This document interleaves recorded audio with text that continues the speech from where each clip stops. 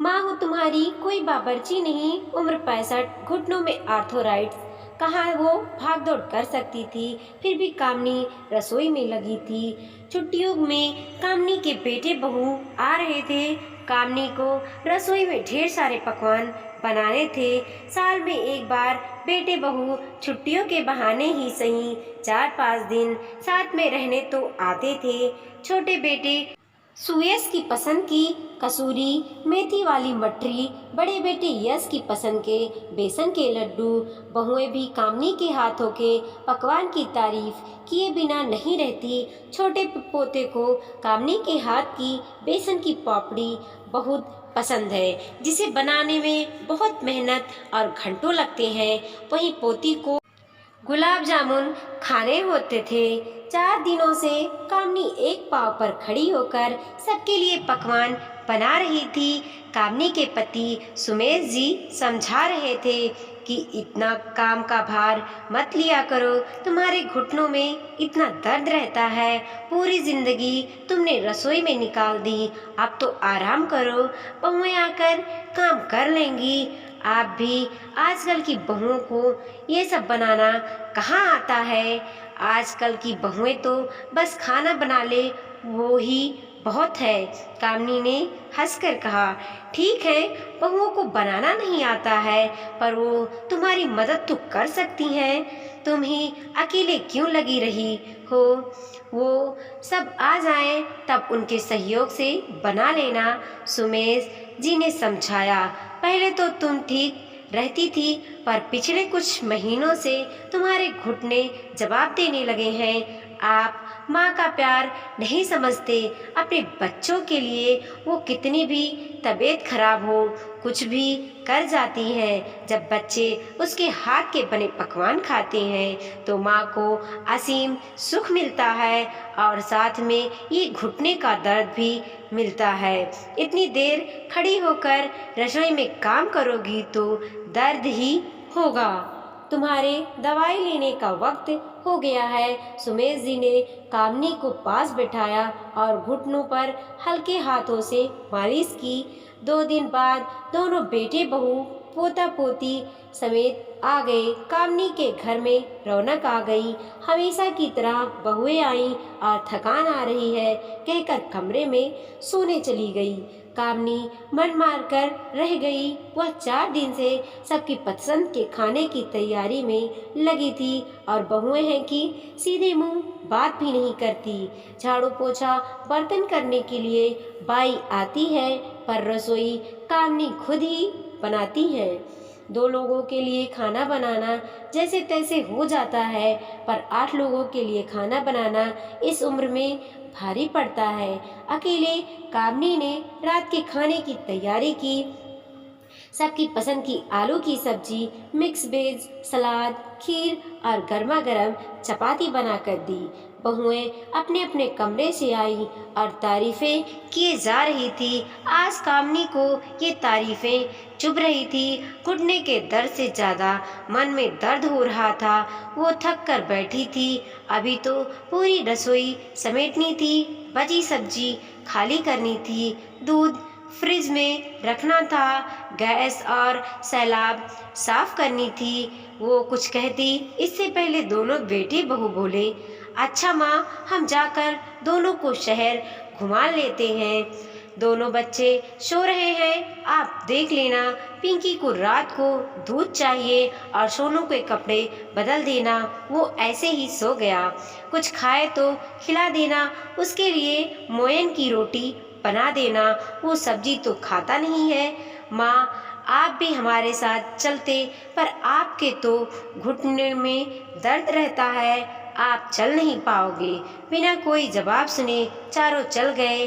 कामनी ने हाँ में गर्दन हिलाई और वे लोग चले गए। सुमेश जी पत्नी का दर्द समझ रहे थे, पर बेटे बहू को कुछ कह नहीं सकते थे।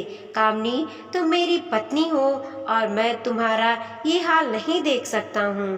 तुम कब तक ऐसे ही सबकी इच्छाओं की पूर्ति करती रहोगी? सबके लिए काम करती रहोगी।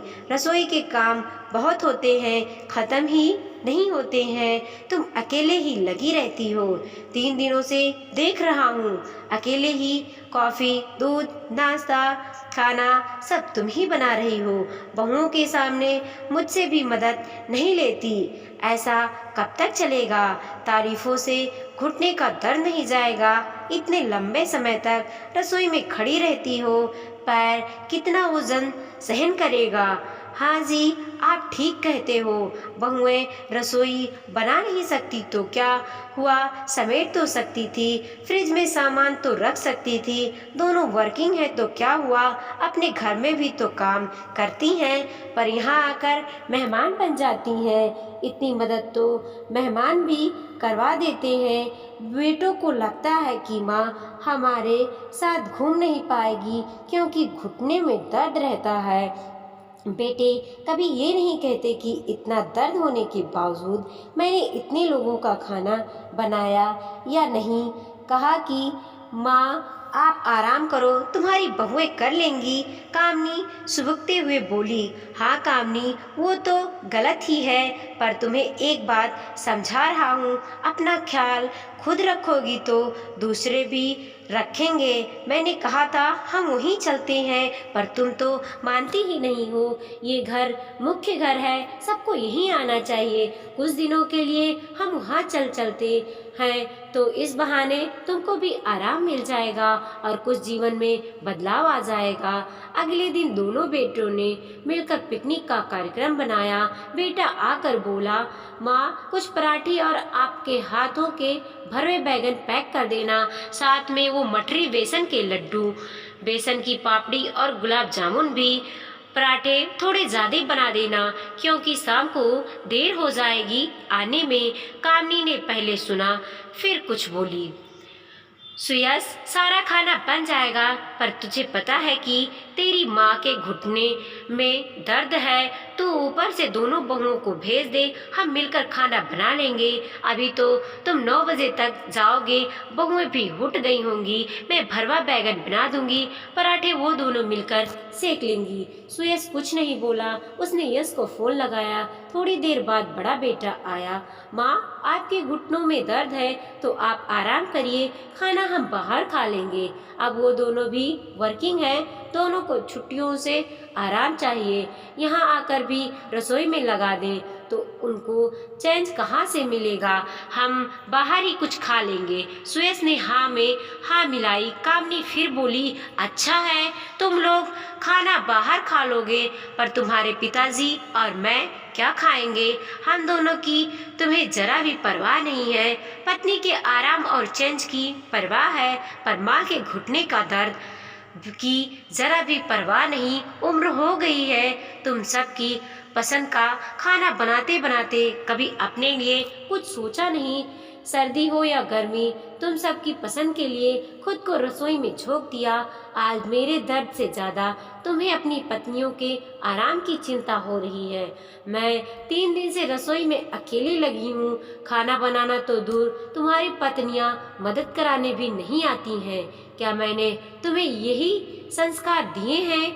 छुट्टियों का मतलब होता है सब मिलकर साथ में घूमें, मस्ती करें, साथ में काम भी करें। ये नहीं कि एक माँ रसोई में खपती रहे और बच्चे मजे करते रहें। क्या चैन मुझे नहीं चाहिए? साल भर तुम सबका इंतज़ार करती हूँ, तुम्हारी पसंद के लिए खुद को रसोई में झोंक देती हूँ, अपने दर्द और आराम की परवाह नहीं करती।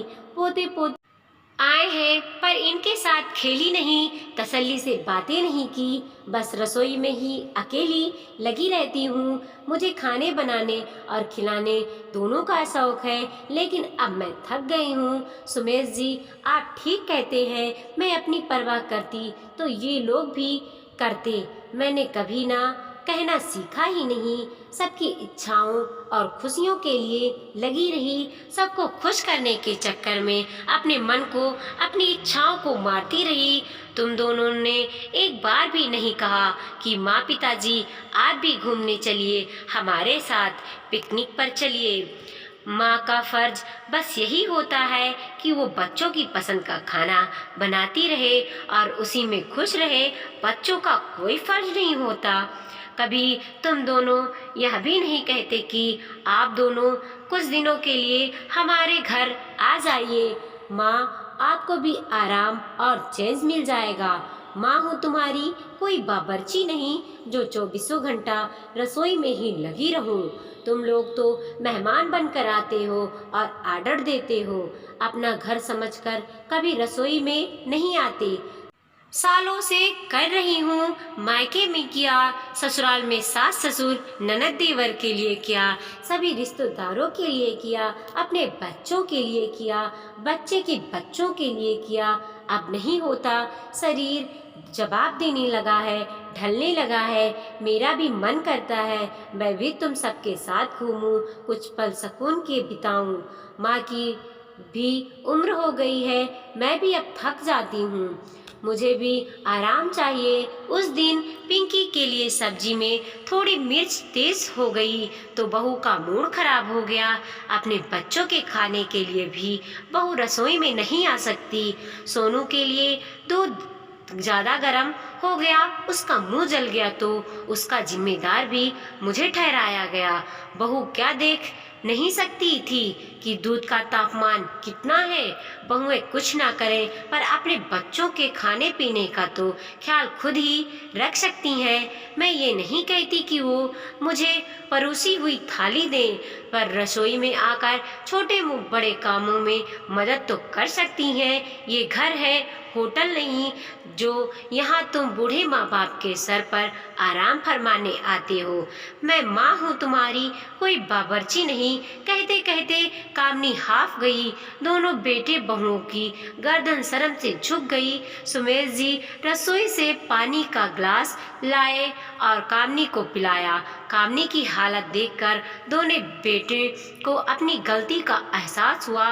माँ, आप तो माँ हो, हमने आपको समझा नहीं।